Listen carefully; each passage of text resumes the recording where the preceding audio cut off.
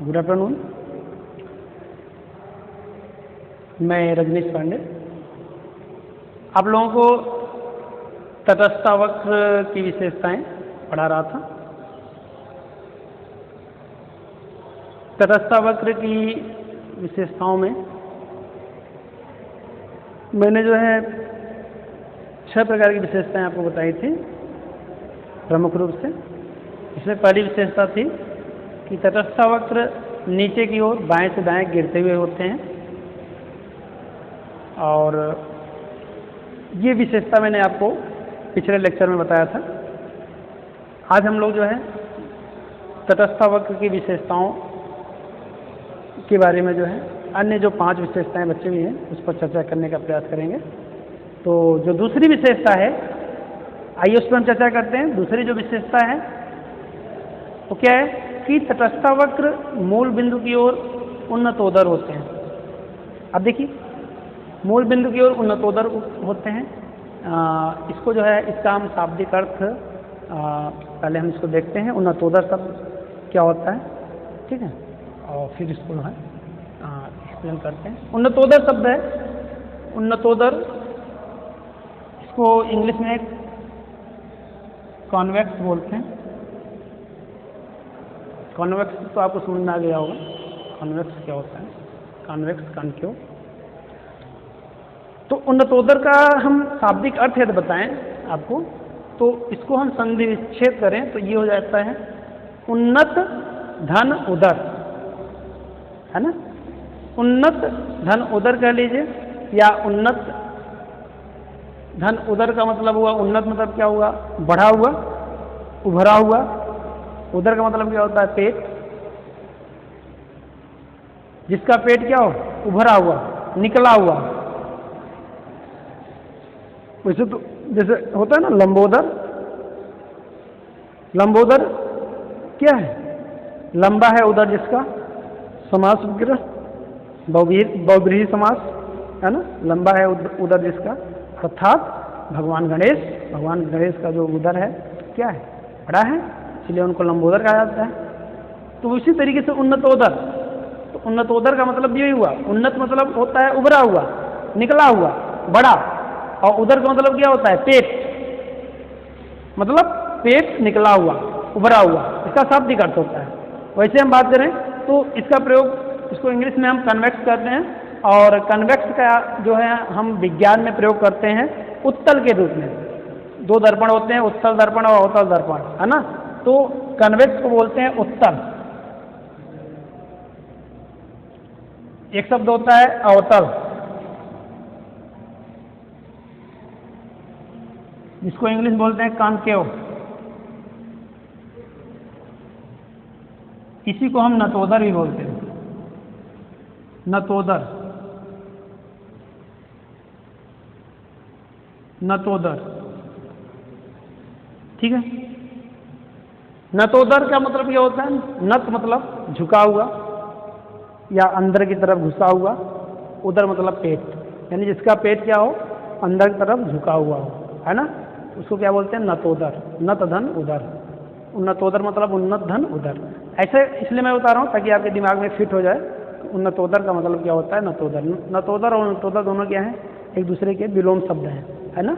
नतोदर का विलोम क्या होगा, उन्नतोदर, उन्नतोदर का विलोम क्या होगा, नतोदर, है ना। एक का मतलब होता है उभरा हुआ पेट, और एक गहरा पेट या अंदर की तरफ घुसा हुआ पेट, ठीक ना। नत झुका हुआ, घुसा हुआ, ठीक है, बात समझ में आ गई। अब यहाँ पर आप देखिए, उत्तल अवतल से आप समझते ही हैं, साइंस में उत्तल अवतल दर्पण का प्रयोग किया जाता है।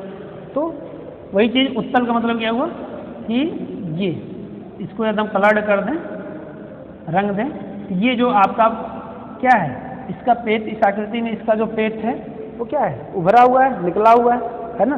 तो इस तरीके से जो आकृति जो होगी वो उत्तल होगी या उन्नतोदर होगी, क्योंकि इस तरफ इसको हम कलर्ड कर दें तो जो हमारा फेस होगा दर्पण का वो क्या होता है, इस तरफ का होता है, इसको हम उत्तल दर्पण कहते हैं। यही भाग उत्तल कहलाता है, जो उभरा हुआ भाग है ना। और ये जो आपका गहरा भाग जो होता है, मान लीजिए इधर कलर्ड कर दें, ये गहरा वाला जो भाग होता है, अंदर का जो भाग होता है, ये क्या होता है, ये नतोदर होता है या अवतल होता है, कॉन्केव होता है ना। अवतल दर्पण आपने पढ़ा था। ये झुका हुआ भाग है, ये उभरा हुआ भाग है। तो इसी को उत्तल अवतल बोलते हैं या उन्नतोदर नतोदर कहते हैं। तो जो हमारा तटस्थ वक्र होता है ये मूल बिंदु की ओर क्या होता है, ये उन्नतोदर होता है, न कि नतोदर होता है, उन्नतोदर होता है या कन्वेक्स होता है, ठीक है, उभरा हुआ होता है। अब ये इसकी दूसरी विशेषता है जिसमें मैं चर्चा आपको कर रहा था। तो इसका मतलब आपको समझ में आ गया, उन्नतोदर का मतलब क्या होता है। आइए इसको हम रेखा चित्र के द्वारा जो है इसको समझने का प्रयास करते हैं। तो यहाँ पर हम एक रेखा चित्र बनाएंगे।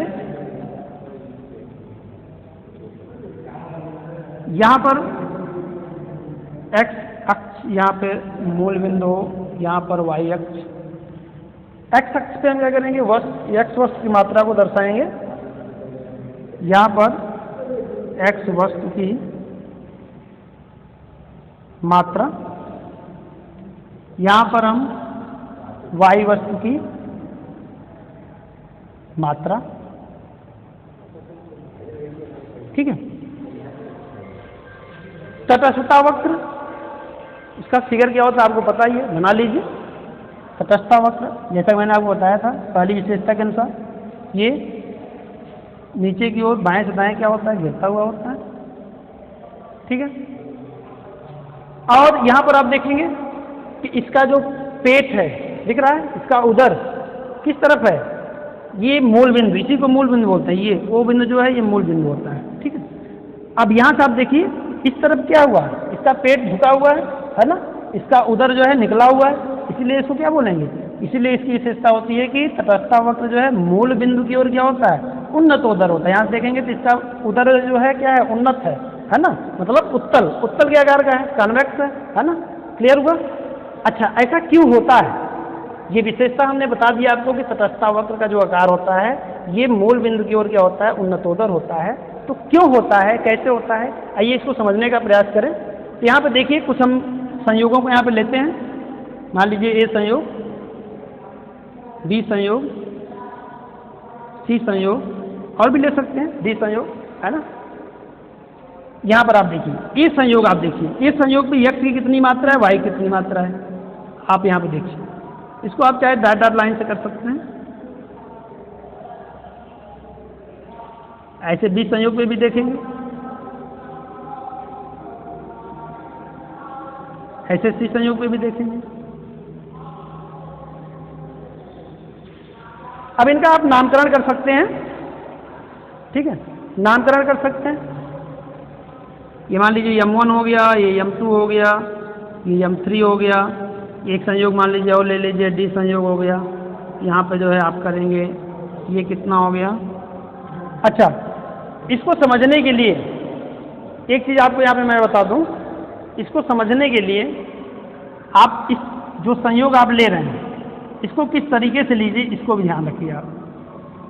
संयोगों को लेने का जो क्रम है वो क्या होना चाहिए, कैसे हम इसको प्रूफ करेंगे। क्योंकि ये जो उन्नतोदर होता है इसका कारण क्या है, ये कारण मैं आपको बता दूं। तो कारण होता है घटती हुई सीमांत प्रतिस्थापन दर के कारण ऐसा होता है। क्यों ऐसा होता है, ये होता है घटती हुई सीमांत प्रतिस्थापन दर के कारण ऐसा होता है। मैंने आपको बताया कि यहाँ पर जब भी आप लीजिए तो आपको ऐसा दिखाना है, सीमांत प्रतिस्थापन दर क्या होता है आपको बताया गया है पीछे क्लास में, मैंने आपको बता दिया है सीमांत प्रतिस्थापन दर क्या होता है। यहाँ पर देखिए हम 4 संयोग ले रहे हैं, मान लीजिए एक संयोग यहाँ पे है, सबकी दूरी बराबर रखिए आप, दूरी गैपिंग बराबर रखिए, इस तरफ की गैपिंग बराबर रखिए। जैसे यहाँ से यहाँ तक लिया आपने, एक को यहाँ पे ले लीजिए और एक को लगभग यहाँ पे ले लीजिए, ये गैपिंग बराबर रखिए। क्यों बराबर रखेंगे मैं अभी आपको बता दे रहा हूँ, ठीक है।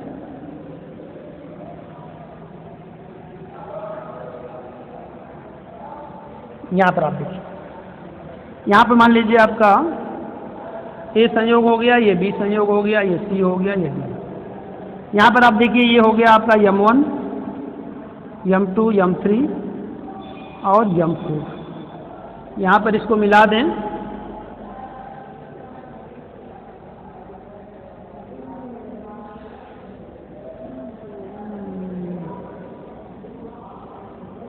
अब यहाँ पे देखिए यहाँ पर आप इसको लिख सकते हैं P1 है, ये P2 है, P3 है, P4 है। सीमांत प्रतिस्थापन दर, सीमांत प्रतिस्थापन दर के बारे में मैंने आपको बताया था। सीमांत प्रतिस्थापन दर वह दर होता है जिस पर क्या होता है कि उपभोक्ता जैसे दो वस्तुओं का उपभोग करता है, दो वस्तुओं की बात करता है, तो दो वस्तुओं के क्रम में एक वस्तु की अतिरिक्त मात्रा प्राप्त करने के लिए दूसरे वस्तु की कितनी मात्रा का क्या करता है, परित्याग करता है। एक वस्तु की अतिरिक्त मात्रा, एक्स्ट्रा मात्रा प्राप्त करने के लिए दूसरे वस्तु की कितनी मात्रा का परित्याग करता है, यही क्या कहलाता है, यही जो है आपका सीमांत प्रतिस्थापन दर होता है। जैसे मैंने आपको बताया था, जैसे यम आर एस सीमांत प्रतिस्थापन दर को यम आर एस से दर्शाते हैं। एक्स वाई मतलब एक्स की वाई के लिए सीमांत प्रतिस्थापन दर बराबर क्या होता था, डेल्टा वाई बचे डेल्टा एक्स, डेल्टा वाई बचे डेल्टा एक्स, अर्थात वाई में परिवर्तन बटे एक्स में परिवर्तन, वाई में परिवर्तन बटे एक्स में परिवर्तन। इस तरीके से सीमांत प्रतिस्थापन दर निकालते थे। एक की एक्स्ट्रा मात्रा प्राप्त करने के लिए दूसरे की कितनी मात्रा का परित्याग किया जाता है, इसी को सीमांत प्रतिस्थापन दर कहते हैं। और ये जो सीमांत प्रतिस्थापन दर होता है वो क्या होता है, घटता हुआ होता है। हर संयोग पर आप देखेंगे, एक संयोग से दूसरे संयोग, दूसरे संयोग से तीसरे संयोग पर जब हम चलते हैं तो इस क्रम में क्या होता है कि जो सीमांत प्रतिस्थापन दर होता है वो भी क्या होता है, घटता जाता है। और ये घटने वाला जो सीमांत प्रतिस्थापन दर है इसी को हम बोलते हैं घटती हुई सीमांत प्रतिस्थापन दर। और जो तटस्थ वक्र होता है उसमें सीमांत प्रतिस्थापन दर घटती हुई होती है। तो घटती हुई सीमांत प्रतिस्थापन दर के कारण ही हमारा जो अनधिमान वक्र होता है या तटस्थ वक्र होता है, इसका जो इसकी जो आकृति होती है ये मूल बिंदु की ओर क्या होता है, उन्नतोदर होता है। ठीक है, अब यहाँ पे इसी बात को हम यहाँ पे प्रूफ करेंगे किस तरीके से सीमांत प्रतिस्थापन दर घटती हुई यहाँ पे दिख रही है कि नहीं दिख रही है।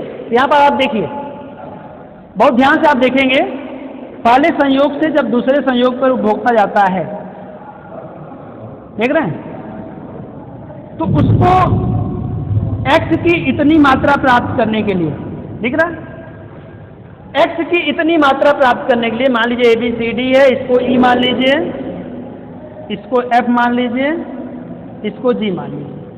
तो EB एक्स्ट्रा मात्रा प्राप्त करने के लिए उसको AE वाई वस्तु की मात्रा, वाई वस्तु की AE मात्रा का क्या करना पड़ रहा है, परित्याग करना पड़ रहा है। जब उपभोक्ता B से C संयोग पर आता है तो आप देखिए, तो FC या CF मात्रा एक्स्ट्रा प्राप्त करने के लिए उसको वाई वस्तु की BF मात्रा का क्या करना पड़ता है, परित्याग करना पड़ता है। आप आगे चलिए, उपभोक्ता C से D संयोग पर आता है तो उसको जो है X वस्तु की इतनी मात्रा प्राप्त करने के लिए, अर्थात GD मात्रा प्राप्त करने के लिए Y वस्तु की CG मात्रा का क्या करना पड़ता है, परित्याग करना पड़ता है। आप देखिए यहाँ पर ये मात्राएं बराबर हैं सब जगह, है ना, EB, FC और GD यानी M1, M2, M2, M3, M3, M4 ये मात्राएं बराबर हैं। यानी एक बराबर मात्रा प्राप्त करने के लिए ही जब वह दूसरे वस्तु की मात्रा का परित्याग करता है तो इसमें घटने की प्रवृत्ति आपको दिख रही है। देखिए यहाँ पे अधिक मात्रा का परित्याग कर रहा है, यहाँ पर देखिए आप इससे कम मात्रा का परित्याग कर रहा है, यहाँ पर आप देखिए इससे कम मात्रा का परित्याग कर रहा है। इसका मतलब इसी को हम सीमांत प्रतिस्थापन दर कहते हैं। और ये क्या है, घटती हुई है। हर संयोग पे आप देख रहे हैं घटती हुई है, इसीलिए इसको घटते हुए सीमांत प्रतिस्थापन दर का नियम भी कहा जाता है। और यहाँ पर घटता हुआ सीमांत प्रतिस्थापन दर का नियम लागू होता है। इसी के कारण क्या होता है कि अनधिमान वक्र या तटस्थ वक्र मूल बिंदु की ओर क्या होता है, उन्नतोदर होता है।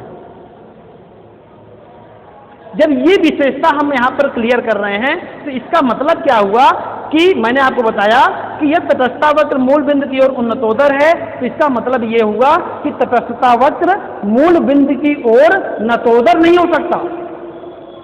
कम क्यों नहीं हो सकता, अवतल नहीं हो सकता, यानी उसका जो एक प्रकार से उदर कह लीजिए, पेट कह लीजिए, ये झुका हुआ नहीं हो सकता मूल बिंदु की ओर। तो आइए इस पर भी हम चर्चा करते हैं। इसको हम अच्छे से सिद्ध करने के लिए हम इसके अपोजिट चलते हैं कि क्या वास्तव में ये बात जो मैं बोल रहा हूं कि उन्नतोदर ही होता है, नतोदर नहीं हो सकता, क्या ऐसा है? तो आइए हम चेक करते हैं कि तटस्था वक्र जो है नतोदर नहीं हो सकता। तो यहां पर हमने ये पाया कि ये उन्नतोदर होता है, इसका मतलब है कि आईसी हमारा नतोदर नहीं हो सकता, नतोदर नहीं हो सकता, नतोदर नहीं हो सकता।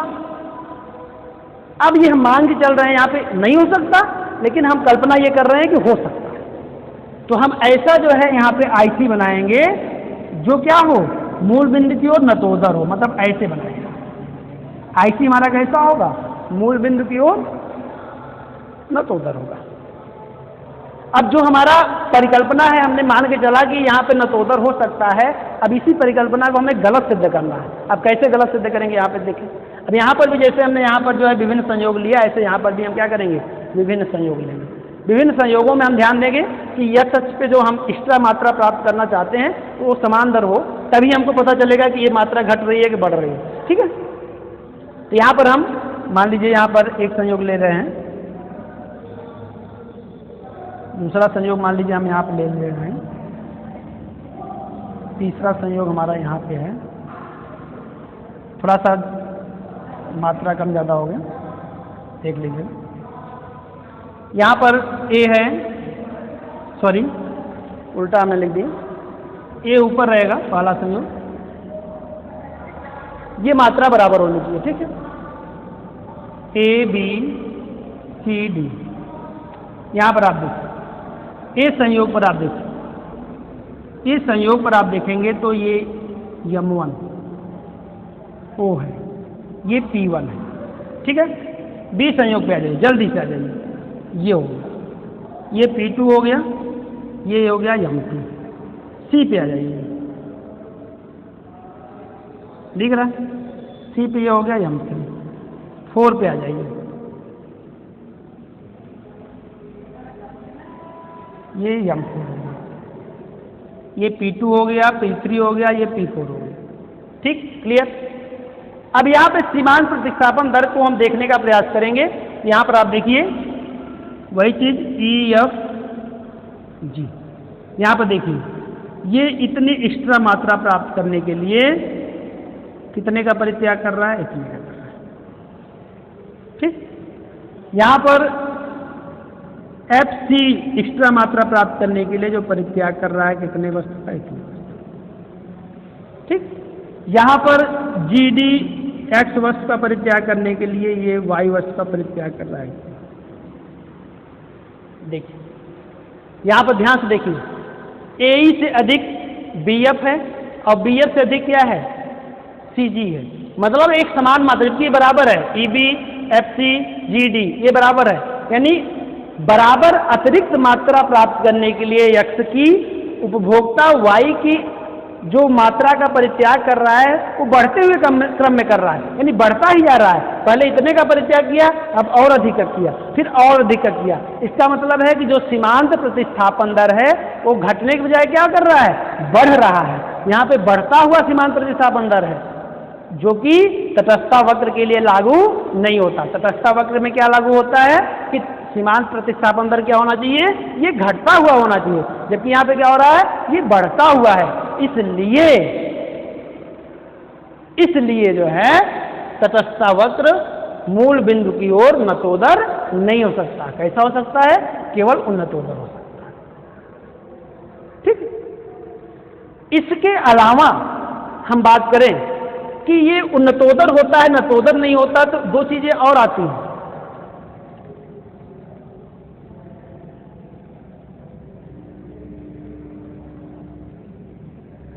समान प्रतिस्थापन दर नहीं होना चाहिए, ये घटता हुआ है, ये बढ़ता हुआ है, और समान प्रतिस्थापन दर नहीं होना चाहिए, या शून्य प्रतिस्थापन दर नहीं होना चाहिए, केवल घटता हुआ होना चाहिए, है ना।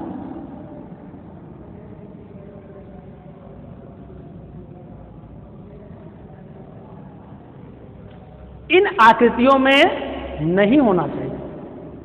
तो तटस्था वक्र यहां पर आप देखेंगे तो सभी जगह क्या होगा, जो प्रतिस्थापन दर होगा वो बराबर होगा, समान अनुपात में होगा। ये रेशियो आप देखेंगे यहाँ से सभी जगह क्या होगा, एक समान अनुपात में ही प्रतिस्थापन दर हो रहा है। यहाँ पे न तो घट रहा है न तो बढ़ रहा है, समान अनुपात में हो रहा है ना। ऐसी स्थिति में क्या होगा, ऐसी स्थिति में ये नहीं हो सकता तटस्थ वक्र। यहाँ पर भी आप देखेंगे कि यहाँ पर प्रतिस्थापन यहाँ पे हो ही नहीं रहा है ना, केवल एक ही वस्तु परिवर्तन नहीं, एक ही वस्तु में परिवर्तन हो रहा है, दूसरे में हो ही नहीं रहा। यहाँ चलेंगे तो फिर एक ही वस्तु में परिवर्तन होगा, दूसरे में हो ही नहीं रहा, क्योंकि ये आकार का है। लेकिन मैं आपको बता दूं कि ये अपवाद है और ये आकृतियां भी हो सकती हैं। वैसे सामान्यतः हम बात करें तो तटस्थता वक्र का यही विशेषता है और इसी आकार का होता है। लेकिन अपवाद स्वरूप में हम बात करें तो तटस्थता वक्र जो है इस तरीके से भी हो सकता है, यानी लगभग 45 अंश के, यहाँ से आप देखें दोनों अक्षों से 45 अंश पे है ना, बराबर नीचे की तरफ गिरता हुआ सीधी रेखा में हो सकता है। किन वस्तुओं के लिए, ये पूर्णतः जो है स्थानापन्न वस्तुओं के लिए, पूर्ण स्थानापन्न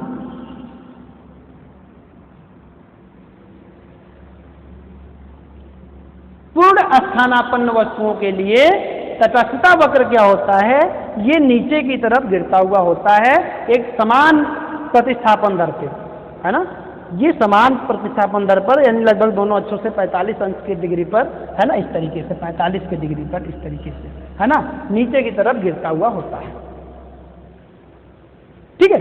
अब यहां पर आप देखिए दूसरी जो आकृति आप देख रहे हैं आईसी, ये पूर्ण पूरक वस्तुओं के लिए होता है, पूर्ण पूरक वस्तुओं के लिए होता है। पूर्ण पूरक वस्तुओं के लिए ये जो आईसी होता है वो यल आकार का होता है या समकोण के आकार का होता है, यानी आप देखेंगे लंबवत बिल्कुल 90 अंश का कोण आप बनाएगा, समकोण के आकार का होता है। आप इसी को बोल सकते हैं कि ये दोनों आकृतियां तटस्थता वक्र की विशेष आकृतियां हैं।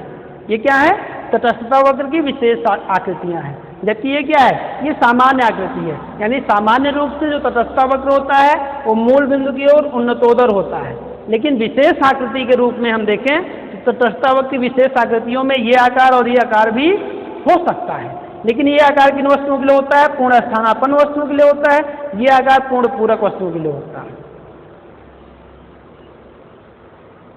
अब यहाँ पे स्थानापन्न वस्तुएं क्या होती हैं, पूरक वस्तुएं क्या होती हैं, ये भी समझना बहुत आवश्यक है।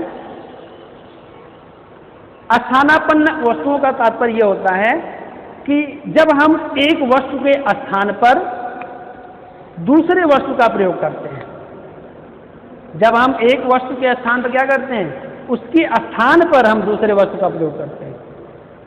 यानी एक वस्तु जो है वो दूसरे वस्तु का क्या कर लेती है, स्थान ग्रहण कर लेती है, कह लीजिए, ऐसा कर लीजिए आप। जब एक वस्तु दूसरे वस्तु का स्थान ग्रहण कर लेती है तो ऐसी वस्तुएं क्या कहलाती हैं, स्थानापन्न वस्तुएं कहलाती हैं। जैसे आपका चीनी गुड़, चीनी है गुड़ है, स्थानापन्न वस्तुएं हैं। यदि चीनी के स्थान पर चीनी नहीं है हमारे यहाँ घर में, गुड़ है, तो मीठा की जगह जो है हम चीनी के स्थान पे गुड़ का भी प्रयोग कर सकते हैं। चीनी वाली चाय की जगह हम गुड़ वाली चाय भी बना के पी सकते हैं। तो चीनी के स्थान पर हम गुड़ का भी प्रयोग कर सकते हैं, यानी चीनी का स्थान गुड़ ले सकता है या गुड़ का स्थान चीनी ले सकता है। इसलिए दोनों वस्तुएं क्या हो गई, स्थानापन्न वस्तु हो गई। क्लियर, समझ में आ गई बात। चीनी गुड़ की तरह ही जैसे आपका होता है चाय और कॉफी, है ना, चाय और कॉफी भी क्या है, स्थानापन्न वस्तुएं हैं। चाय खत्म है तो चाय के स्थान पर कॉफी है तो आप कॉफी बना सकते हैं, कॉफी के स्थान पर आप चाय बना सकते हैं। चाय पीने वाला कॉफी भी पी सकता है, कॉफी पीने वाला चाय भी पी सकता है। तो चाय के स्थान पे कॉफी का प्रयोग, कॉफी के स्थान पे चाय का प्रयोग, तो ये कॉफी और चाय दोनों क्या है, ये स्थानापन्न वस्तुएं होती हैं, सब्स्टिट्यूट वस्तुएं होती हैं। दोनों सब्स्टिट्यूट होते हैं, दोनों स्थानापन्न होते हैं। अब पूर्णतः स्थानापन्न का मतलब ये होता है कि जो पूर्ण रूप से एक वस्तु का प्रयोग जो है दूसरे वस्तु के रूप में प्रयोग किया जाता है, एक वस्तु के स्थान पर दूसरे वस्तु का प्रयोग जो है पूर्ण रूप से जब किया जाता है तो क्या होता है, पूर्ण स्थानापन्न वस्तु कहलाती है। बात क्लियर होगी? और ऐसी वस्तुओं के संदर्भ में जो तटस्थ वक्र होता है, ये आप देखें सीधी रेखा के रूप में जो है आपका नीचे की तरफ गिरता हुआ होता है, दोनों अक्षों से 45 अंश आप कर लीजिए, नीचे की तरफ गिरता हुआ होता है सीधी रेखा में। पूरक वस्तुएं क्या होती हैं? पूरक वस्तुओं का मतलब कंप्लीमेंट गुड्स, पूरक वस्तुएं। पूरक वस्तुओं का मतलब होता है जब एक वस्तु का प्रयोग दूसरे वस्तु के प्रयोग की सहायता से किया जाता है, तब दोनों वस्तुएं क्या होती हैं? पूरक वस्तुएं होती हैं। अर्थात एक वस्तु दूसरे वस्तु पे डिपेंड होता है, निर्भर होता है, दूसरा वस्तु पहले वस्तु पर निर्भर होता है, दोनों एक दूसरे पर निर्भर होते हैं, दोनों का प्रयोग दोनों का एक साथ संयुक्त रूप से हम प्रयोग करते हैं। एक सिक्के के दो पहलू, एक सिक्के के दो पहलू जो है हेड या टेल, दोनों क्या है? कहने में हेड और टेल अलग अलग हैं, लेकिन दोनों क्या है? दोनों एक ही सिक्के के दो पहलू हैं, है ना? इसलिए अलग अलग होते हुए भी क्या है, उनका प्रयोग हम अलग अलग नहीं कर सकते, दोनों का प्रयोग हम एक साथ ही करेंगे, क्योंकि एक ही सिक्के के दोनों हैं, बोलने के लिए अलग अलग हैं, लेकिन है प्रयोग हम एक ही साथ करेंगे। उसी प्रकार से पूरक वस्तुएं होती हैं।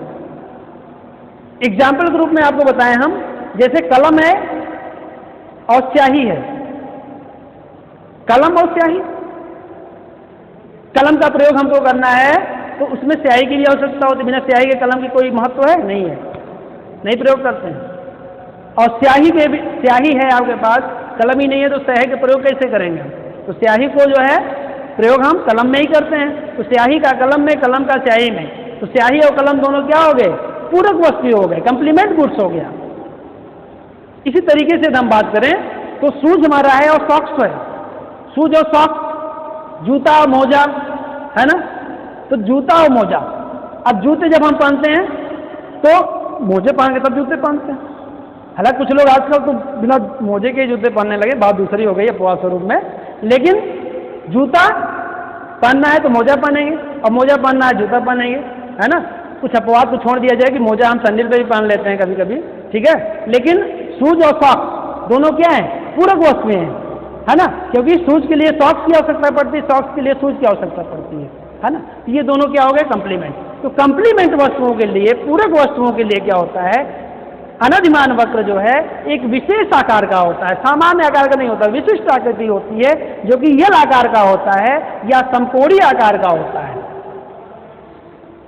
ये दोनों जो है आपका क्या कह लीजिए कि ये तटस्थ वक्र के विशिष्ट आकृतियां हैं और बहुत ही महत्वपूर्ण है, अक्सर परीक्षाओं में आता है, आपके यहाँ एनुअल एग्जाम में आता है, इसके अलावा आप किसी भी कंपटीशन में बैठेंगे वहां पर भी ये क्वेश्चन पूछता रहता है कि किन वस्तुओं के संबंध में तटस्थ वक्र यल आकार का होता है। तो आपको पता होना चाहिए, ऑप्शन दिया रहेगा, आपको पता होना चाहिए पूर्ण रूप से जो है जो पूरक वस्तुएं होती है, पूर्णतः जो पूरक वस्तुएं होती हैं उसके संबंध में ICL का आकार का होता है। पूछ सकता है कि तटस्थ वक्र किन वस्तुओं के संबंध में तटस्थ वक्र क्या होता है? नीचे की ओर एक सरल रेखा में गिरता हुआ होता है, तो पूर्णतः स्थानापन्न वस्तुओं के संबंध में रहता होता है, या उल्टा करके पूछ सकता है ना? यल आकार का IC वक्र किन वस्तुओं के संबंध में होता है, ऐसे पूछ सकता है। आकार पूछ लेगा, वस्तुओं का नाम बताइए, या वस्तुएं पूछ दिया, आकार पूछ लिया, है ना? तो इस तरीके से ये बहुत ही महत्वपूर्ण क्वेश्चन है। तो ये आप कह लीजिए कि इसका अपवाद स्वरूप भी कर सकते हैं कि ये विशिष्ट आकृतियां, इनको छोड़ दिया जाए तो बाकी तटस्थ वक्र क्या होता है? हमारा उन्नतोत्तर होता है, ठीक है। और सामान्य रूप से ऐसा भी नहीं होता, सामान्यतः हर एक वस्तुओं के लिए ऐसा नहीं होता, हर एक वस्तुओं के लिए, सामान्य वस्तुओं के लिए इसी आकार का होता है, इन सब आकार का नहीं होता। लेकिन विशिष्ट वस्तुओं के लिए, जैसा मैंने आपको नाम बताया है, इन वस्तुओं के संदर्भ में ये IC जो है विशिष्ट आकृतियां इसकी होती हैं। तो ये इसकी आप अलग विशेषताओं के रूप में भी लिख सकते हैं कि तटस्थ वक्र की विशिष्ट आकृतियां, तो इस रूप में आप दिखा सकते हैं कि पूर्ण स्थानापन्न वस्तुओं के लिए ऐसी आकृतियां होती हैं और पूर्ण पूरक वस्तुओं के लिए ऐसी आकृतियां होती हैं। ठीक है, क्लियर? तो यहाँ पे क्लियर हो गया आपका। अब हम आप अगली विशेषता की तरफ चलते हैं, तीसरी विशेषता की तरफ। ठीक है,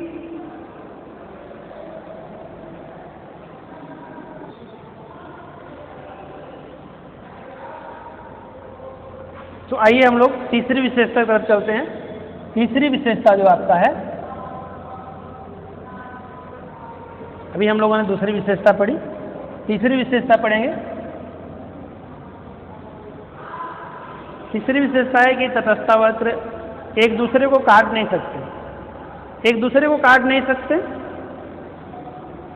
आपस में। क्यों नहीं काट सकते? क्योंकि जिस बिंदु पर तटस्थ वक्र एक दूसरे को काटता है वह बिंदु क्या हो जाता है? उभयनिष्ठ बिंदु हो जाता है। यानी वह पहले तटस्थ वक्र पर भी स्थित होगा और दूसरे तटस्थ वक्र पर भी स्थित होगा। उभयनिष्ठ बिंदु होने का उस पर जो संतुष्टि का स्तर होगा वो क्या होगा? समान होगा। और तटस्थ वक्र नियम के आधार पर आपको पता है कि तटस्थ वक्र जो है अलग अलग तटस्थ वक्र अलग अलग संतुष्टि को व्यक्त करते हैं। जब दो तटस्थ वक्र है तो दोनों जो है अलग अलग संतुष्टि को दिखाने चाहिए, जबकि वह बिंदु वो संयोग ऐसा है जहाँ को काटता है वो संयोग क्या होता है? वो दोनों तटस्थ वक्रों के लिए होता है और समान संतुष्टि होता है, जबकि समान संतुष्टि नहीं होना चाहिए। इसलिए हम कह सकते हैं कि तटस्थ वक्र एक दूसरे को नहीं काट सकते। आइए इसको चित्र के द्वारा समझने का प्रयास करें। चित्र के द्वारा इसको समझने का प्रयास करें।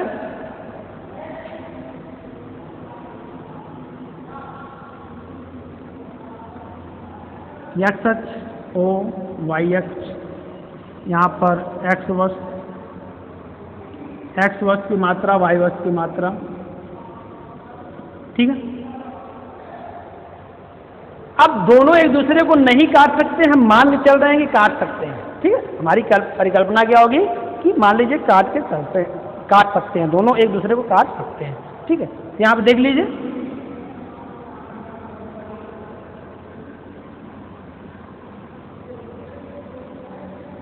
इस तरीके से बनाएंगे।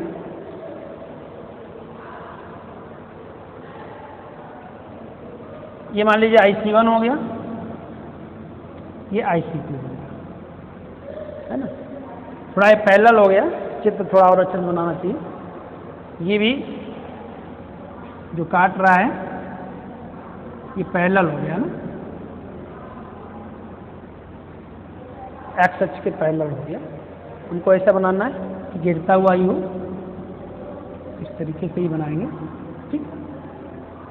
इस तरीके से ये IC2 है, ठीक। मान लीजिए दोनों जो है एक दूसरे को किसी बिंदु पर काट रहे हैं। इस बिंदु का मान लीजिए नाम क्या है? ए। नाम क्या है? यहाँ सर आप देखिए, आप नीचे एक्स वस्तु की OM मात्रा, वाई वस्तु की OP मात्रा, ये संयोग क्या दिखाता है? एक्स वस्तु की OM मात्रा, वाई वस्तु की OP मात्रा। और ये संयोग क्या है? उभयनिष्ठ संयोग है, जो कि पहले वाले तटस्थ वक्र पे भी है, दूसरे वाले तटस्थ वक्र पे भी है, दोनों पर स्थित है। और एक ही संयोग है तो एक संयोग रहेगा, समान संतुष्टि देगा। दोनों ही वक्रों के लिए जो है क्या करेगा? इतनी ही मात्रा बताएगा, एक्स की इतनी, वाई की इतनी मात्रा बताएगा। इसका मतलब एक दोनों ही वक्रों पर क्या बताएगा? समान संतुष्टि को बताता है। जबकि अलग अलग तटस्थ वक्र जो होते हैं वे अलग अलग संतुष्टि को बताते हैं, जबकि यहाँ पर दोनों जो है अलग अलग तटस्थ वक्र पर स्थित होने के बाद भी एक ही संयोग बता रहा है। इसका मतलब ऐसा ही है, जो कि संभव नहीं है, ऐसा नहीं हो सकता। इसलिए हम कह सकते हैं कि तटस्थ वक्र जो है एक दूसरे को नहीं काट सकते। बात क्लियर हो गया? चलिए अगली विशेषता की तरफ चलते हैं। अगली विशेषता आपका क्या है? अगली विशेषता की बात करें, चौथी विशेषता। चौथी विशेषता क्या है? कि तटस्थ वक्र किसी भी अक्ष को स्पर्श नहीं कर सकते। तटस्थ वक्र किसी भी अक्ष को स्पर्श नहीं कर सकते, चौथी विशेषता है।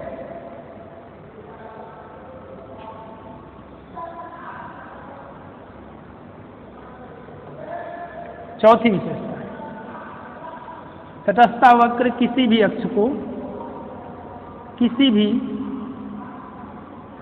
अक्ष को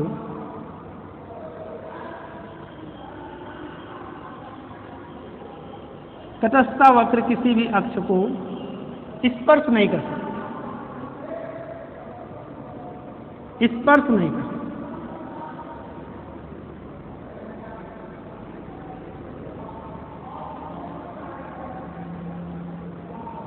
ठीक है, तो तटस्थता वक्र स्पर्श नहीं कर सकते किसी भी अक्ष को। ये आपका पुराना रेखा चित्र है, इस पर आप न जाइएगा। नहीं स्पर्श कर सकते, इसका मतलब क्या हुआ? इसका मतलब ये हुआ कि तटस्थता वक्र जो होते हैं, यदि किसी अक्ष को स्पर्श करते हैं, मान लीजिए एक्स अक्ष को या वाई अक्ष को, किसी भी अक्ष को यदि स्पर्श करते हैं, तो जिस बिंदु पर स्पर्श करते हैं उस बिंदु पर एक वस्तु की तो मात्रा अधिकतम होती है, लेकिन दूसरे वस्तु की मात्रा क्या हो जाती है? शून्य हो जाती है। और जब दूसरे वस्तु की मात्रा शून्य हो जाती है तो ऐसी स्थिति में क्या होता है कि एक ही वस्तु को दिखाने लगता है। वह संयोग क्या करता है? केवल एक वस्तु की मात्रा को दिखाने लगता है। जबकि तटस्थता वक्र नियम के अनुसार क्या होता है कि प्रत्येक संयोग जो है दो वस्तुओं के संयोगों को बताते हैं, दो वस्तुओं की मात्राओं को बताते हैं।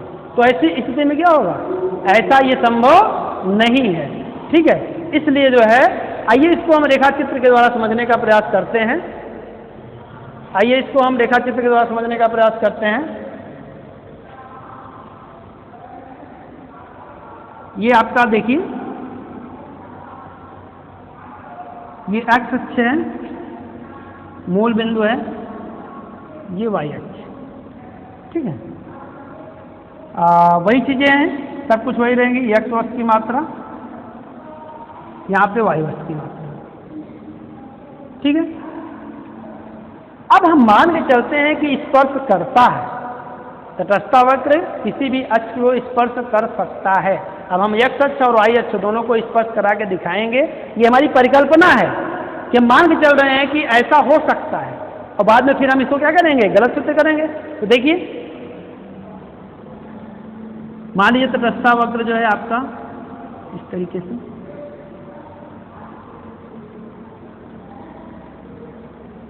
मान लीजिए IC1, इसको IC2 मान लीजिए। ये वाई अक्ष को स्पर्श करने वाला मान लीजिए IC2 है, और एक्स अक्ष को स्पर्श करने वाला, यही एक ही चित्र में दोनों बना दे रहे हैं कि मान लीजिए IC1 है, ये आपका IC2। ठीक, अब यहां पर आप ध्यान से देखिए कि जिस बिंदु पर स्पर्श कर रहा है, मान लीजिए ये बिंदु और ये बिंदु, दो बिंदु, बिंदुओं का नामकरण आप कुछ भी कर सकते हैं। ठीक है, मान लीजिए हम इसका यहाँ पर नामकरण यम कर दे रहे हैं, यहाँ पर नामकरण हम टी कर दे रहे हैं, आप कुछ भी कर सकते हैं, कोई दिक्कत नहीं। तो इसके पहले आप किसी भी संयोग पे जाएंगे, हर संयोग देखेंगे तो हर संयोग पर उपभोक्ता को जो है दोनों वस्तुओं की मात्राओं को दिखाएगा। हर संयोग दो वस्तुओं के विभिन्न संयोगों को दिखाएगा हर बिंदु। लेकिन यहाँ पर जो बिंदु होगा, यम बिंदु जो होगा, यहाँ पर आप देखेंगे कि ये बिंदु जो है ओयम एक्स वस्तु की ओयम मात्रा तो दिखा रहा है, लेकिन वाई वस्तु की मात्रा कितनी है? कुछ नहीं है, मतलब शून्य है। वाई वस्तु की मात्रा शून्य है, जबकि किसी भी वस्तु की मात्रा शून्य नहीं हो सकती। जब किसी भी वस्तु की मात्रा शून्य हो गई, इसका मतलब है कि इस बिंदु पर केवल एक ही वस्तु को दिखाया जा रहा है, जबकि तटस्थता वक्र का प्रत्येक बिंदु जो है दो वस्तुओं के संयोग को दिखाता है। इसलिए ये बात क्या हो जाएगी? गलत हो जाएगी। इस तरीके से यहाँ पर भी आप देखेंगे कि इधर जितने भी संयोग होंगे सब पे क्या होगा? दोनों वस्तुओं की बराबर मात्राओं को दिखाएगा, बराबर नहीं, अलग अलग मात्राओं को दिखाएगा, लेकिन दो वस्तुओं की मात्राओं को दिखाएगा। लेकिन यहाँ पर आप पी बिंदु पे देखेंगे तो पी बिंदु पे वाई वस्तु की तो ओ पी मात्रा दिखाएगा, लेकिन यक्ष वस्तु की मात्रा क्या है? इधर नहीं है ना। इसका मतलब क्या है? यक्ष वस्तु की मात्रा जो है शून्य है। जब यक्ष वस्तु की मात्रा शून्य हो गई तो इसका मतलब केवल वाई वस्तु की मात्रा को ही दिखाता है, एक ही वस्तु की मात्रा दिखाता है। जबकि तटस्थता वक्र विश्लेषण की मान्यता क्या है कि दो वस्तुएं होनी चाहिए, है ना, दो वस्तुओं के विभिन्न संयोगों को दिखाता है। यहाँ पर ये बात क्या हो जाती है? गलत हो जाती है। इस प्रकार हम कह सकते हैं कि तटस्थता वक्र किसी भी अक्ष को स्पर्श नहीं कर सकता। अब क्लियर हुआ? चलिए आगे अगली विशेषता की तरफ चलते हैं।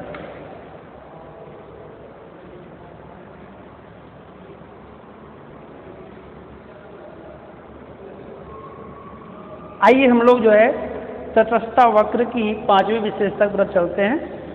पांचवी विशेषता जो कि बताता है कि ऊंचे उठते हुए तटस्थता वक्र ऊंची संतुष्टि को दिखाते हैं। ऊंचे उठते हुए तटस्थता वक्र ऊंची संतुष्टि को दर्शाते हैं, दिखाते हैं या प्रकट करते हैं। ठीक है। अब यहाँ पर ऊंचे उठते हुए तटस्थता वक्र की यदि हम बात करें तो इसका मतलब है एक से अधिक तटस्थता वक्रों की यदि हम बात करेंगे। ऊंचे उठ रहे हैं, तटस्थता वक्र ऊंचे उठ रहे हैं, इसका मतलब क्या हुआ कि यहाँ पे एक से अधिक तटस्थता वक्रों की बात की जा रही है। और एक से अधिक तटस्थता वक्र जिस मैप में होता है वो इंडिफरेंस मैप कहलाता है, तटस्थता मानचित्र कहलाता है। तटस्थता मानचित्र क्या होता है इसके बारे में मैंने पीछे क्लास में आपको बताया था। अब यहाँ पे मैं एक बार फिर से रिमाइंड आपको करा दूंगा। तटस्थता मानचित्र जिसमें क्या होता है एक से अधिक तटस्थता वक्र होते हैं और प्रत्येक ऊंचा उठता हुआ जो तटस्थता वक्र होगा वो नीचे वाले तटस्थता वक्र से क्या करेगा, अधिक संतुष्टि को बताएगा। अर्थात हर तटस्थता वक्र अपने नीचे वाले तटस्थता वक्र से क्या करेगा, अधिक संतुष्टि को बताता है, ऊंची संतुष्टि को बताता है। ठीक है। यहां पर जो हम क्लियर करना चाहते हैं कि एक से अधिक तटस्थता मानचित्र का प्रयोग हम करेंगे जिसमें प्रत्येक तटस्थता वक्र है ना, ऊपर वाली तटस्थता वक्र नीचे वाली तटस्थता वक्र से क्या करता है, ऊंचे संतुष्टि को दिखाता है। इससे क्लियर हो जाता है कि ऊंचा उठता हुआ तटस्थता वक्र ऊंची संतुष्टि को दिखाता है। आइए इसको हम इस बात को हम चित्र के द्वारा, रेखा चित्र के द्वारा समझने का प्रयास करें। तो सबसे पहले हम क्या करेंगे, एक तटस्थता जो है मानचित्र बना लेंगे। सबसे पहले हम क्या करेंगे, एक तटस्थता मानचित्र बना लेंगे। तटस्थता मानचित्र बना लेंगे। ठीक है। कैसे बनेगा तटस्थता मानचित्र, मैंने आपको बताया इस तरीके से आप क्या करेंगे, एक्स अक्ष ओ वाई अक्ष, यहां पर वही चीज एक्स वर्ष की मात्रा और यहां पर वाई वर्ष की मात्रा। ठीक है। तटस्थता मानचित्र बना रहे हैं, इसका मतलब एक से अधिक तटस्थता वक्रों को हम बनाएंगे। तो तटस्थता वक्र बनते कैसे हैं आपको पता ही है, नीचे की तरफ बाएं से दाएं गिरता हुआ। एक से अधिक बनाना है, एक से अधिक बना लीजिए। यहाँ पर सभी आईसी हैं, अलग अलग नामकरण कर दे रहे हैं, IC1 IC2 IC3। हमने यहाँ पे 3 इंडिफरेंस कर्व को लिया है, आप 4 5 भी ले सकते हैं, कोई दिक्कत नहीं, चाहे इतना ले सकते हैं, है ना। कम से कम क्या होना चाहिए, 2 3 होने चाहिए, 3 कम से कम होने चाहिए, है ना। 2 भी हो सकता है, यानी एक से अधिक होना चाहिए। एक से अधिक है तो क्या होगा, वो तटस्थता मानचित्र कहलाएगा। ठीक ना। और यहाँ पर तटस्थता मानचित्र में आप देख रहे हैं इससे ऊंचाई है, इससे ऊंचाई है।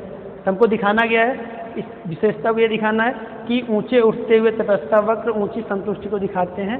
अर्थात IC1 से ऊंचा कौन है, IC2 है। तो IC1 से IC2 पर क्या होना चाहिए, संतुष्टि का स्तर ऊंचा होना चाहिए, अधिक होना चाहिए, है ना। इसी तरीके से आप देखेंगे IC2 से ऊंचा कौन है, IC3 है। यहाँ पर ये दिखाना चाहिए कि IC3 जो है IC2 से संतुष्टि स्तर यहाँ पर अधिक मिलता है। यही चीज़ हमको दिखाना है। तो इसको प्रूफ करने के लिए हम क्या करेंगे कि यहाँ पर हम कुछ बिंदुओं को लेते हैं, तीनों पर हम बिंदुओं को लेते हैं। कोई भी बिंदु आप ले सकते हैं ABC करके, कोई दिक्कत नहीं है। ठीक है। अब यहाँ पे मान लीजिए आप A बिंदु, यहाँ पर आप ले लीजिए B बिंदु, यहाँ पर आप C बिंदु। ठीक है। अब यहाँ पे क्या होगा, यहाँ पर आप देखिए, इसको आप क्लीन कर दीजिए। अब इस बात को प्रूफ करने के लिए हम क्या करेंगे, यहाँ पे ABC 3 अलग अलग इंडिफरेंस कर्व पे जो हमने संयोगों को लिया है, बिंदुओं को लिया है, यहाँ पर इसकी कॉम्बिनेशन को आप देखिए कितनी कितनी मात्राओं को बताता है। इसको आप डॉट डॉट लाइन से भी खींच सकते हैं, कोई दिक्कत नहीं। ठीक है, सीधी लाइन से भी। अब यहाँ पे आप देखिए, इसको आप चाहे तो M1, इसको M2, इसको M3, इसको आप P1, इसको P2, इसको P3। अब यहाँ आप देखिए आप कि ये संयोग ए संयोग पर एक्स वस्तु की एक्स वस्तु की OM1 मात्रा और वाई वस्तु की OP1 मात्रा है। इतनी मात्रा एक्स की है, इतनी मात्रा वाई की, ठीक। ए संयोग। अब ए संयोग से बी संयोग पर अर्थात दूसरे तटस्थता वक्र, ऊंचे वाले तटस्थता वक्र पर जब आप उपभोक्ता जाता है तो क्या होता है कि वहां पर देखता है कि वहां पर जो एक्स वस्तु की मात्रा होती है OM1 से बढ़कर OM2 हो जाता है, बढ़ गया। ऐसे ही वाई वस्तु की मात्रा भी OP1 से बढ़कर कितना हो गया, OP2 हो गया, बढ़ गया। दोनों वस्तुओं की मात्राएं बढ़ गई। IC2 पर दोनों वस्तुओं की मात्राएं बढ़ गई। तो इसका मतलब क्या हुआ कि IC2 पर IC1 की अपेक्षा नहीं, ये संयोग की अपेक्षा क्या होगा, अधिक संतुष्टि दिखाएगा। यहाँ पर उपभोक्ता को अधिक संतुष्टि मिलेगी। इसी तरीके से वह तीसरे तटस्थता वक्र में पहुंचता है, IC3 पे पहुंचता है ना। तो यहाँ पर जो है सी संयोग पर देखिए तो इसको जो है एक्स वस्तु की OM3 मात्रा, जबकि वाई वस्तु की कितनी मात्रा है, OP3 मात्रा है, ठीक है। तो एक्स वस्तु की OM3 मात्रा, वाई वस्तु की OP3 मात्रा, अर्थात मात्रा बढ़ गई, OM2 से OM3 हो गई। ऐसे ही वाई वस्तु की OP2 से OP3 हो गई। दोनों वस्तुओं की मात्राएं क्या हो गई, बढ़ गई। जब दोनों वस्तुओं की मात्राएं जो है IC3 तीसरे जो है तटस्थता वक्र पे बढ़ जाती है सी संयोग पर, तो ऐसी स्थिति में आप कह सकते हैं कि यहाँ पर पीछे के जितने भी तटस्थता वक्र हैं इनसे जो है यहाँ पर जो संतुष्टि का स्तर होगा क्या होगा, अधिक होगा। तो निष्कर्ष रूप में आप यहाँ पे कह सकते हैं कि इस तटस्थता वक्र से यहाँ पे अधिक संतुष्टि मिल रहा है और इस तटस्थता वक्र से यहाँ पे अधिक संतुष्टि मिल रहा है। इसका मतलब है कि तटस्थता वक्र जैसे जैसे ऊपर की तरफ बढ़ता है वैसे वैसे संतुष्टि का स्तर भी क्या होता जाता है, बढ़ता जाता है। यही इसकी विशेषता भी है। तटस्थता वक्र की ये आपकी पांचवी विशेषता भी यही है कि ऊंचे उठते हुए तटस्थता वक्र ऊंची संतुष्टि को दर्शाते हैं, ठीक है। क्लियर हो गया। तो इस तरीके से जो है ये जो है आपकी पांचवी अगली विशेषता है कि पांचवी विशेषता है कि ऊंचे उठते हुए तटस्थता वक्र ऊंची संतुष्टि को दर्शाते हैं, ठीक है। क्लियर। आइए अब हम लोग जो है अगली विशेषता की तरफ चलते हैं, पांचवी विशेषता की तरफ चलते हैं। पांचवी विशेषता की तरफ, अब पांचवी हो गई है, सॉरी, अब हम लोग छठवीं विशेषता की तरफ चलते हैं। छठवीं विशेषता क्या है उसकी तरफ हम लोग चलते हैं, ठीक। छठवीं विशेषता आपका है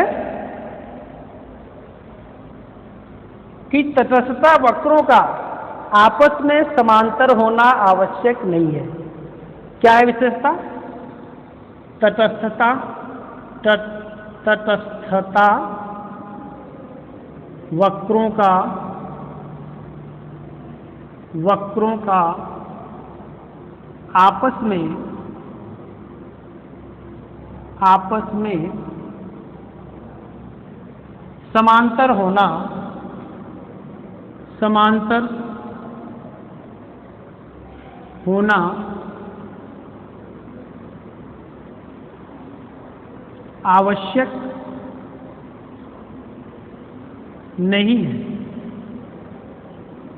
नहीं है। तटस्थता वक्रों का आपस में समांतर होना आवश्यक नहीं है। इसका मतलब क्या हुआ?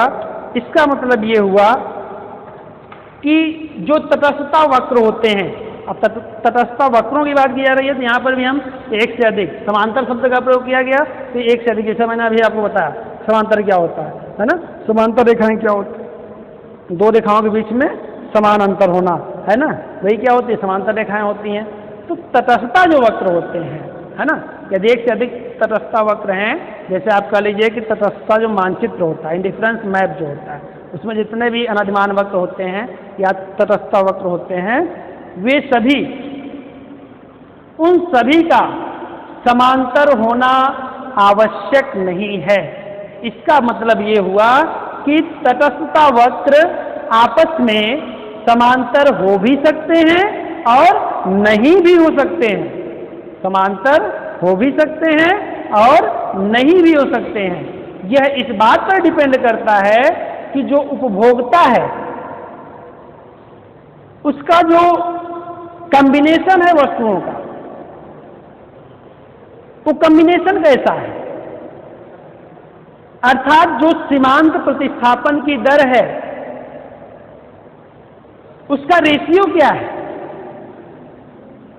सीमांत प्रतिस्थापन दर का जो रेशियो है वो क्या है? यदि विभिन्न तटस्थता वक्रों का, क्योंकि जो सीमांत प्रतिस्थापन दर होगा वो किस रूप में होगा? घटते हुए रूप में होगा, क्योंकि तटस्थता वक्रों की विशेषता आपको पता है कि तटस्थता वक्रों में सीमांत प्रतिस्थापन दर क्या होती है? घटती हुई होती है। जब हम एक चित्र की बात करते हैं, है ना, एक चित्र की बात करते हैं यहां पर, है ना, तो ये क्या होता है? घटती हुई होती है, ये घटती हुई होती है। सॉरी, यहां पे नहीं, आप ये क्या होती है? घटती हुई होती है सीमांत प्रतिस्थापन दर। ये हम एक तटस्थता वक्र की यदि बात करें तो, यानी प्रत्येक तटस्थता वक्र जो होते हैं उसमें सीमांत प्रतिस्थापन की जो दर होती है वो क्या होती है? घटती हुई होती है। लेकिन यदि एक से अधिक तटस्थता वक्र हैं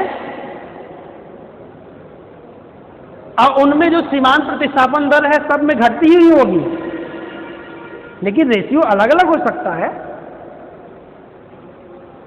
जिस रेशियो में इसमें घट रहा है, हो सकता है अगले वाले तटस्थता वक्र में कुछ अलग रेशियो से घट सकता है, अगले वाले तटस्थता वक्र में कुछ अलग रेशियो से घट सकता है ना। जैसे गाड़ियां चलती हैं रोड पे, सभी गाड़ियां चल रही हैं, सभी स्पीड बताएंगी, लेकिन कोई, हर एक की गाड़ी की स्पीड क्या होती है? अलग अलग होती है। कोई 60 की स्पीड से जा रहा है, कोई 70, कोई 80, है ना, कोई 30, कोई 40, स्पीड अलग अलग सबकी होती है, सभी तो आगे ही बढ़ रहे हैं। ऐसे सभी प्रतिस्थापन दर घटती हुई सब में रहेगी, है ना। जैसे हम यहाँ पे चित्र द्वारा आपको समझाएं,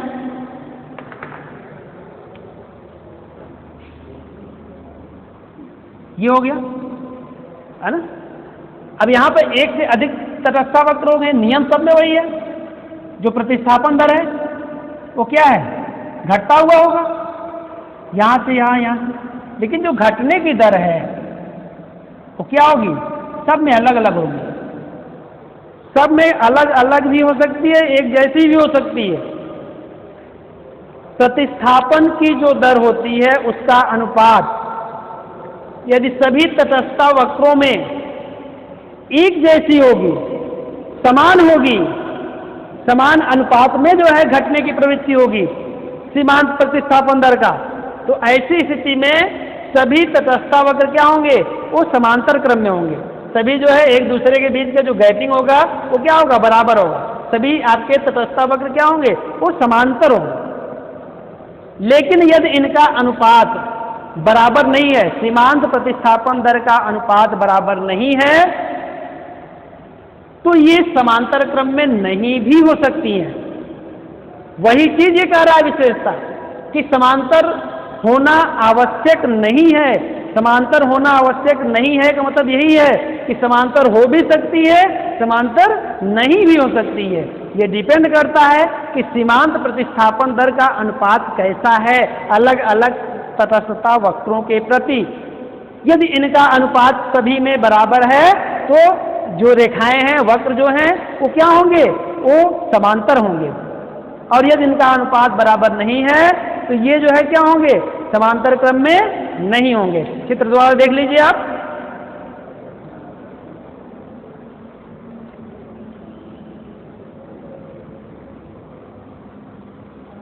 ये आप देखिए, हम यहाँ पे दो चित्र बना दे रहे हैं। वैसे एक चित्र से भी काम चल जाता, लेकिन यहाँ पर हम दो चित्र बना दे रहे हैं।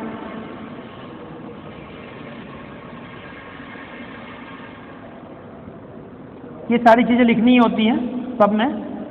एक्स वस्तु की मात्रा, वाई वस्तु की मात्रा, ऐसे यहाँ पर भी एक्स वस्तु की मात्रा, ये एक्स अक्ष है, ओ है मूल बिंदु, वाई अक्ष है।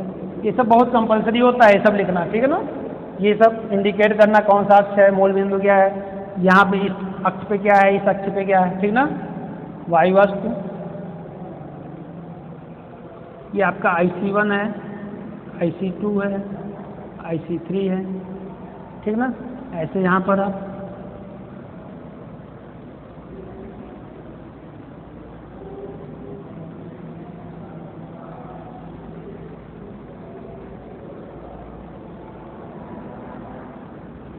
देख लीजिए। अब ये चित्रों को ध्यान से देखिए, यहां पर आप देखिए IC1, IC2, IC3 ये अलग अलग तटस्थता वक्र हैं। यहां पर देखिए इन तटस्थता वक्रों के बीच की जो गैपिंग है वो क्या है, सब में बराबर है ना। मान लीजिए 2 सेंटीमीटर की गैपिंग है यहां पर भी, तो यहां पर भी 2 सेंटीमीटर है ना। इसका मतलब है कि ये जो भी तटस्थता वक्र हैं ये क्या है, समांतर क्रम में है।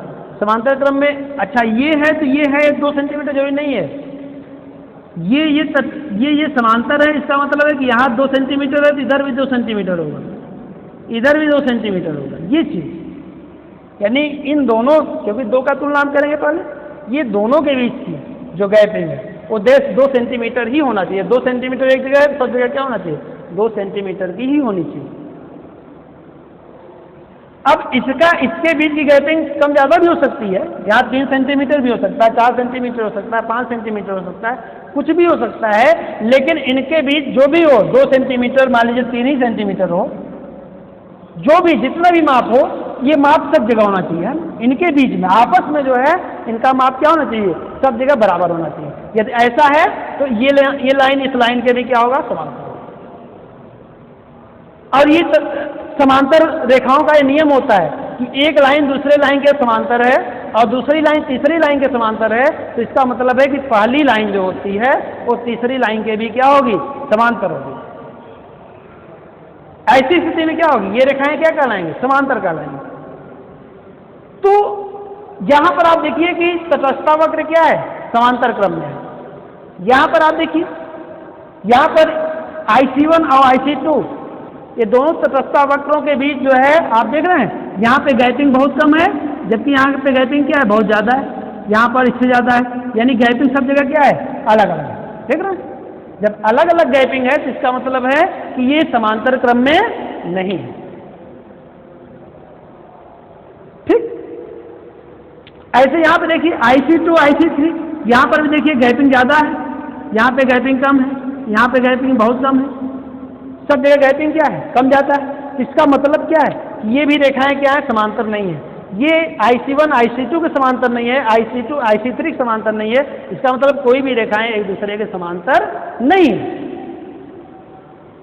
इसका ऐसा क्यों है, मैंने आपको बताया यहां पर कि यदि जो है ये सीमांत प्रतिस्थापन दर प्रत्येक IC का समान अनुपात में होगा तो ये रेखाएं समांतर क्रम में होंगी। लेकिन ये जो आपका सीमांत प्रतिस्थापन दर ये समान अनुपात में नहीं होगा तो ये रेखाएं इस आकार की हो सकती हैं। इसीलिए कहा गया है कि तटस्थता वक्रों का आपस में समांतर होना आवश्यक नहीं है, अर्थात समांतर हो भी सकती है और समांतर नहीं भी हो सकती है। बात क्लियर हुआ? क्लियर हुआ? ये आपकी जो है छठवीं विशेषता जो मैंने आपको बताया तटस्थता वक्रों की विशेषता के क्रम में, ये मैंने आपको छठवीं विशेषता बताया। यहां पर मैंने प्रमुख रूप से 6 विशेषताओं के बारे में बताया। एक बार फिर से मैं आपको रिमाइंड करा दूं। पहली विशेषता क्या थी, तटस्थता वक्र नीचे की ओर बाएं से दाएं गिरते हुए होते हैं। दूसरी विशेषता में आपने पढ़ा तटस्थता वक्र मूल बिंदु की ओर उन्नतोदर होते हैं। उन्नतोदर होते हैं अर्थात उत्तल होते हैं, जिसको इंग्लिश में हम कॉन्वेक्स बोलते हैं। तीसरी विशेषता हमने पढ़ा कि तटस्थता वक्र आपस में एक दूसरे को काट नहीं सकते। चौथी विशेषता हमने पढ़ा तटस्थता वक्र किसी भी अक्ष को स्पर्श नहीं कर सकते। पांचवी विशेषता हमने पढ़ा तटस्थता वक्र ऊंचे उठते हुए तटस्थता वक्र ऊंची संतुष्टि को दिखाते हैं। और छठवां हमने अभी पढ़ा कि तटस्थता वक्रों का आपस में समांतर होना आवश्यक नहीं है। इसके अलावा अन्य भी विशेषताएं इसमें हैं। एक विशेषता आप ये भी जानते रहिए, मैंने आपको बताया नहीं, ये भी जानते रहिए, तटस्थ वक्र गोले आकार के भी हो सकते हैं। जैसे परीक्षा में आ गया तटस्थ वक्र गोले आकार के भी हो सकते हैं, तो आपने गलत कर दिया कि नहीं गोले आकार के नहीं हो सकते क्योंकि सर ने ऐसा नहीं बताया, ठीक ना। तो होते हैं, गोले आकार के भी होते हैं। तटस्थ वक्र मैंने आपको बताया नीचे की तरफ सरल रेखा में दोनों अक्षों से 45 अंश के डिग्री के जो है क्रम में जो है नीचे की तरफ गिरते हुए होते हैं। इसका मतलब क्या हुआ? इसका मतलब ये होगा, ये किन वस्तुओं के संदर्भ में होता है? ये पूर्णतः प्रतिस्थापन वस्तुओं के संबंध में तटस्थ वक्र क्या होते हैं? सरल रेखा में ऊपर से नीचे गिरते हुए होते हैं। तटस्थ वक्र मैंने आपको बताया कि यल आकार के भी होते हैं, जल के आकार के होते हैं, अर्थात समकोण के आकार के होते हैं, 90 डिग्री के होते हैं। यहाँ पे 90 डिग्री बनाने वाले ऐसे इस तरीके से होते हैं। इसका मतलब क्या हुआ? ये किन वस्तुओं के संबंध में होता है? ये पूर्णतः पूरक वस्तुओं के संबंध में होता है। तो ये आपकी जो आकृतियां हैं, वैसे तो तटस्थ वक्र मैंने आपको बताया कैसा होता है, ये इस तरीके से होता है, नीचे से ऊपर से नीचे गिरता हुआ, बाएं से दाएं गिरता हुआ होता है। ये इसकी सामान्य आकृति है, सामान्य वस्तुओं के संदर्भ में ऐसा होता है, लेकिन कुछ विशिष्ट वस्तुओं के संदर्भ में इसका आकार ऐसा भी होता है। तो ये तटस्थ वक्र की विशिष्ट आकृतियां हैं, ये भी आप जानते रहिए। तो ठीक है, आज हम लोग जो है तटस्थ वक्र के जो है विशेषताओं के बारे में चर्चा किया, तो आज इतना ही, दैट्स ऑल।